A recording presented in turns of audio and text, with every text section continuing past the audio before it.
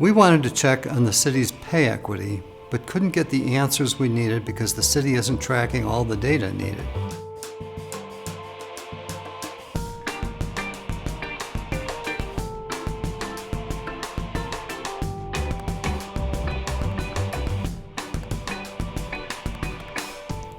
Thousands of people work for the City of Denver from a wide array of backgrounds, races, ethnicities, genders, and cultures.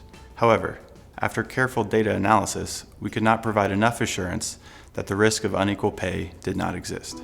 My office is prioritizing using an equity lens and assessment of risks in each audit as part of our work to address systematic bias throughout the city.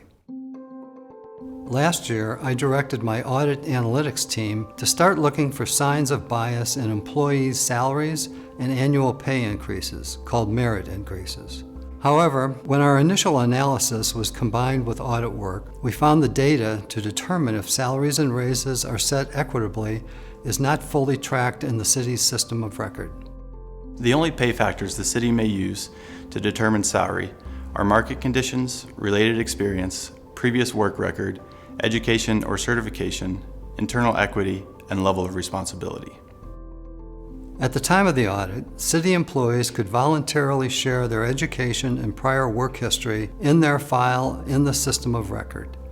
However, this is not required and self-reporting could be prone to errors. The city does track data in separate personnel files. However, accessing these files is manual, time-consuming, and not connected to the city's official system of record. This data limitation means there's no centralized way for the city to easily track equity data. The current process is time-consuming and is not comprehensive. Although available demographic data shows employees working for the City and County of Denver generally closely match the demographics of the community they serve, it is still important to regularly confirm employees are paid equitably. The city should be applying career service rules the same way for everyone, and agencies should apply pay methodologies consistently. The best way to ensure consistency is to check the numbers. Right now, the city isn't doing that. Holding the city accountable through regular review of employee data is just one step city leaders should use to ensure equity and avoid bias based on race, ethnicity, or gender. So in line with that recommendation, My team recommended the city should require the collection of employee data in Workday. We also recommend that agencies should provide their methodology for annual raises for review to ensure consistency.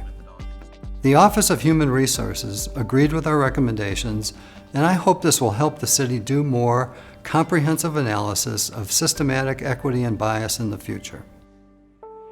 Well, that's it for this episode of Ask the Auditor. If you have a question, submit it to auditor@denvergov.org, and maybe your question will be the next question we answer on the next episode of Ask the Auditor.